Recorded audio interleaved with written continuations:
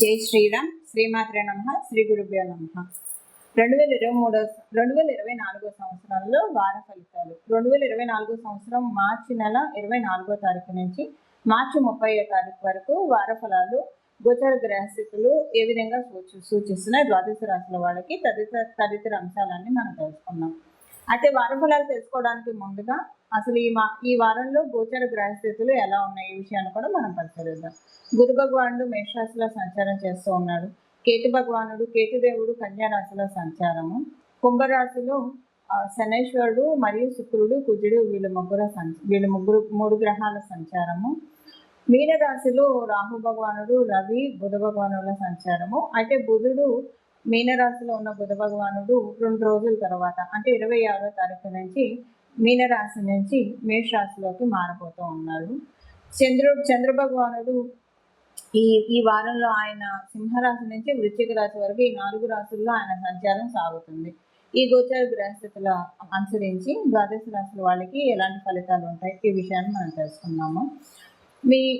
అయితే ఈ విషయాన్ని తెలుసుకోవడానికి ముందుగా ఒకవేళ మీకు మీ జన్మజాతకం కనుక బాగా సపోర్టింగ్గా ఉంటే గోచరంలో ఏదైనా ఇబ్బందులు కలిగించే ప్రెడిక్షన్స్ ఉన్నా సరే అవి ఎక్కువగా మిమ్మల్ని ఇబ్బంది పెట్టవు, ఎందుకంటే మీ జన్మజాతకం బాగా ఉంది కాబట్టి. ఒకవేళ మీ జన్మజాతకం బాగోకపోయి ఈ గోచారంలో బాగా ఉంటాయి, అది మీకు ప్లస్ అవుతుంది, యావరేజ్ చేస్తుంది. జన్మజాతకంలో బాగోలేదు అన్న అంశాన్ని ఈ గోచారం మిమ్మల్ని కాపాడుతుంది. ఇప్పుడు రెండిట్లో బాగుంది అనుకోండి, మీ జన్మజాతకంలో ఇప్పుడు మీకు మంచి టైం జరుగుతుంది, గోచారంలో కూడా మీ రాశి ప్రకారం బాగా ఉందంటే ఇంకా బాగా యోగించే ఫలితాలు ఉంటాయని మీరు అర్థం చేసుకోవాలి.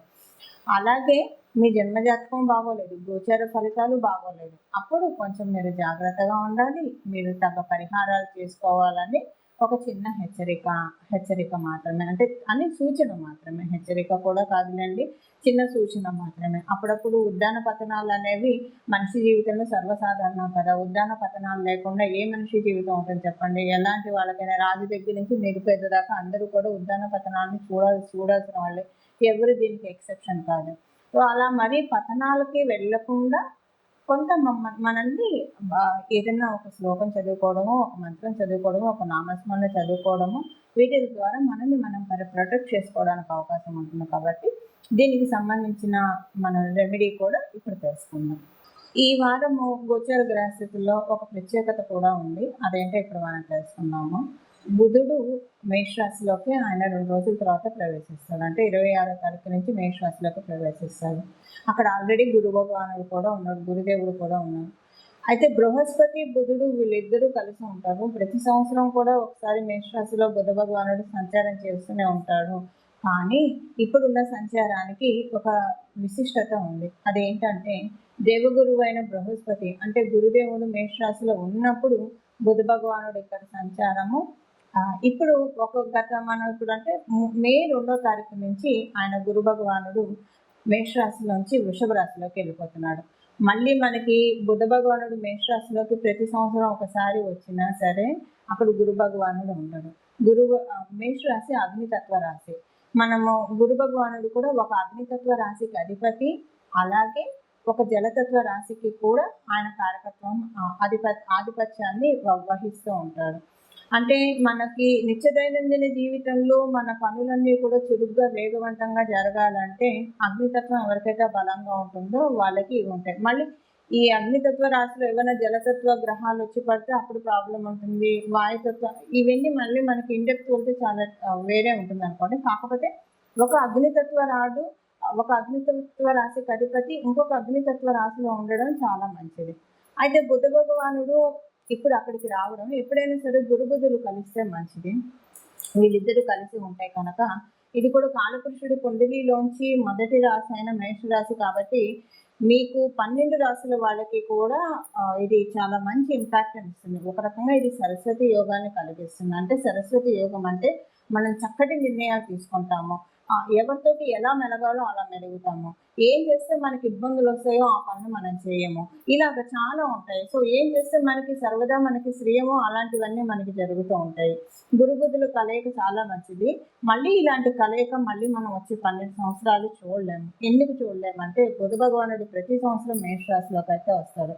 కానీ గురు భగవానుడు మేషరాశి నుంచి జరిగిపోయాక మళ్ళీ ఆ మేషరాశిలోకి రావడానికి 12 సంవత్సరాల కాలం పడుతుంది. అయితే ఇప్పుడు ఇదంతా నేను ఎందుకు చెప్తున్నానంటే, ద్వాదశ రాశుల వాళ్ళందరికీ కూడా కాలపురుషుడు కుండలిలో మొదటి రాశిలో ఆయన సంచారం చేస్తూ ఉన్నాడు కాబట్టి, ఇది మనందరికీ ఒక చక్కటి అవకాశము. మే 2వ తారీఖు వరకు, అంటే ఇప్పుడు మనం తెలుసుకున్నది ఈ వారం వరకే, ఈ వారం వరకే మీరు ఈ రెమెడీ పనికొచ్చినా సరే, 2వ తారీఖు వరకు, మే 2వ తారీఖు వరకు కూడా మనం ఇప్పుడు తెలుసుకోబోయే ఈ రెమెడీ చేసుకోవడం వల్ల పిల్లలు లేక బాధపడుతున్న వాళ్ళకి పిల్లలు పుట్టడానికి, అలాగే పిల్లలు మాట వినట్లేదు అని అనుకున్న వాళ్ళకి మాట వినడానికి, కొంతమంది తల్లులు వాళ్ళ పిల్లలు ఆటిజంతో బాధపడుతున్నారు, అలాంటి వాళ్ళకి కొన్నిసార్లు సరైన నిర్ణయాలు తీసుకోలేక బెస్ట్ మెంటర్ వాళ్ళ లైఫ్లో లేక ఇబ్బందులు పడేవాళ్ళు చాలా మంది ఉంటారు. అలాంటి వాళ్ళకి ఇలాగా డబ్బుకి సంబంధించిన ఇబ్బందులు పడే వాళ్ళకి ఒకటని కాదండి, మనకున్న ప్రతి సమస్యకి కారణము విజ్డమ్ లోపించడం వల్లే మనకి ఏ సమస్య అయినా వస్తుంది. విజ్డమ్ ఉంటే జ్ఞానం ఎక్కడైతే ఉంటుందో అక్కడ భయం ఉండదు, చీకటి ఉండదు. భయం ఎప్పుడైతే మన లైఫ్ నుంచి తొలగిపోతుందో మనం అద్భుతమైన నిర్ణయాలు తీసుకోగలుగుతాం. దానికి ఇప్పుడు మనం తెలుసుకునే ఈ ట్రాన్సిట్ ఉపయోగపడుతుంది కాబట్టి దీనికి ఈ పరిహారం, ఇప్పుడు మనం తెలుసుకోబోయే పరిహారం చేసుకుంటే చాలా బాగా ఉంటుంది. మేషరాశిలో పుట్టిన వారికి ఈ వారం కొంత డబ్బు ఖర్చు అయితే అధికంగానే ఉంటుంది. జర్నీస్ ఎక్కువగా చేస్తారు.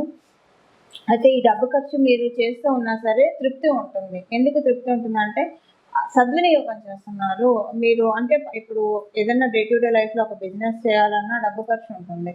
ఉద్యోగానికి వెళ్ళాలన్నా కూడా ఒక మంచి ప్రయత్నం చేయాలన్నా కూడా ఇప్పుడు ఉద్యోగంలో కూడా డబ్బు ఖర్చు అవుతుంది. ఎలా డబ్బు ఖర్చు అవుతుంది? మీరు మంచి కోర్సెస్ నేర్చుకుంటే కనుక మళ్ళీ కొత్తగా అప్గ్రేడేషన్ ఉంటుంది, మీ కెరియర్లో అప్గ్రేడేషన్ ఉంటుంది. సో దానికి మీరు ఒక మంచి కోర్సెస్ నేర్చుకోవాలంటే అక్కడ కూడా డబ్బు ఖర్చు అవుతుంది. ఇలాంటి డబ్బు ఖర్చులు మీకు సంతృప్తినిచ్చే డబ్బు ఖర్చు ఎప్పుడు మనకి సంతృప్తినిస్తుంది? మనం సవ్య మార్గంలో డబ్బు ఖర్చు పెట్టుకుంటే అవసరమైన పనులకి డబ్బు ఖర్చు అయినా కూడా మనం ఎప్పుడు చింతించాం. అలాంటిది ఏదైనా కూడా, ఇప్పుడు నేను మీకు ఉదాహరణకే ఇవి చెప్పా, ఇవే ఉండాలని కాదు, ఏదైనా సరే మీ జీవితానికి ఉపయోగపడే డబ్బు ఖర్చులు ఇప్పుడు ఈ వారంలో జరుగుతాయి. అది మీకు సంతృప్తిని కూడా ఇస్తుంది. ఎక్కడ కూడా డబ్బు ఖర్చు చేస్తున్నానా అన్న భావన రాకుండా చక్కగా ఖర్చు చేస్తారు. పనులన్నీ కూడా వేగవంతంగా ముందుకు జరుగుతాయి. మీ రాష్ట్రాధిపతి అయిన కుజ భగవానుడు మీకు లాభస్థానంలో ఉంటూ డబ్బుల్ని మీకు ప్రసాదించాలి కాబట్టి పనులన్నీ కూడా వేగవంతంగా, చురుగ్గా, చాలా ఫాస్ట్గా చేయిస్తారు. ఆయన ఫాస్ట్గా చేయిస్తారు కాబట్టి ఈ క్రమంలో కొంత మీకు అలసట ఉంటుంది. డబ్బు ఖర్చు కావచ్చు, శారీరక శ్రమ ఖర్చు కావచ్చు, ఈ రెండిట్లో ఏదైనా ఉంటుంది. సో ఇలా రెండు ఉంటే ఏది జరిగినా కూడా మీకు అది సంతృప్తిని ఇస్తుంది. తద్వారా చక్కటి ఫలితాన్ని ఈ వారం మీకు గోచార గ్రహస్థితులు ప్రసాదిస్తూ ఉన్నాయి. చాలా మంచి ఆలోచనలు, మంచి నిర్ణయాలు తీసుకోవడానికి కూడా గోచారం ఈ వారం మీకు చాలా చక్కగా సహకరిస్తూ ఉంది. ఈ వారం చేసుకోవాల్సిన పరిహారం ఒకసారి మనం పరిశీలిద్దాము. ఈ వారం ఎక్కువగా సరస్వతి అమ్మవారి ఆరాధన, రాజశ్యామల అమ్మవారి ఆరాధన, హయగ్రీవ స్వామివారి ఆరాధన, మేడ దక్షిణామూర్తి స్వామివారి ఆరాధన, కృష్ణ భగవానుడి ఆరాధన, గురు దత్తాత్రేయ స్వామివారి ఆరాధన, ఇలా మీ ఇష్టదైవం ఎవరైతే వాళ్ళని గురుమూర్తి రూపంలో ఆరాధించడానికి ప్రయత్నించండి.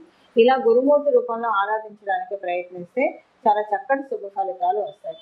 అన్నిటికంటే ఈ వారం మనం చూసుకుంటే రాహు భగవానుడు మీనరాశిలో సంచారం జరుగుతూ ఉంది కాబట్టి హయగ్రీవ స్వామి ఆరాధన ఇంకా బాగా కలిసి వస్తుంది. హయగ్రీవ స్వామి వారికి సంబంధించిన చిన్న స్తోత్రాన్ని ప్రతిరోజు 21 సార్లు చదువుకోవడం వల్ల చాలా చక్కటి శుభ ఫలితాలు ఉంటాయి. ఆ స్తోత్రం నేను ఇప్పుడు మీకు 3 సార్లు వినిపిస్తాను. ప్రతిరోజు మీరు ఇది 21 సార్లు చదవడానికి చదవండి. చాలా మంచి చక్కటి శుభ ఫలితాలు పొందుతారు. జ్ఞానానందమయం దేవం నిర్మలం స్ఫటికాకృతిం ఆధారం సర్వ విజ్ఞానం శ్రీ హయగ్రీవ ఉపాస్మహే. జ్ఞానానందమయం దేవం నిర్మలం స్ఫటికాకృతిం ఆధారం సర్వ విజ్ఞానం శ్రీ హయగ్రీవ ఉపాస్మహే. జ్ఞానానందమయం దేవం నిర్మలం స్ఫటికాకృతిం ఆధారం సర్వ విజ్ఞానం శ్రీ హయగ్రీవ ఉపాస్మహే. ఈ శ్లోకాన్ని ప్రతిరోజు 21 సార్లు చదువుకోండి. చాలా చక్కటి శుభ ఫలితాన్ని పొందుతారు. ముందు మానసిక ప్రశాంతతని చాలా బాగా చూస్తారు. ఎంత మానసిక ప్రశాంతత వస్తుందంటే, నా నెత్తిన పాలు పోసారా భగవంతుడు అన్న నానుడి వింటూనే ఉంటాం కదా, అన్న చందాన అంతటి చక్కటి మనశ్శాంతి నిస్సందేహంగా వచ్చి తీరుతున్న హయగ్రీవుడి ఆశీస్సులతోటి ఈ శ్లోకాన్ని జపించండి. చాలా చక్కటి సత్ఫలితాన్ని ఈ వారం పొందండి. మంగళం. నమో భగవతే వాసుదేవాయ.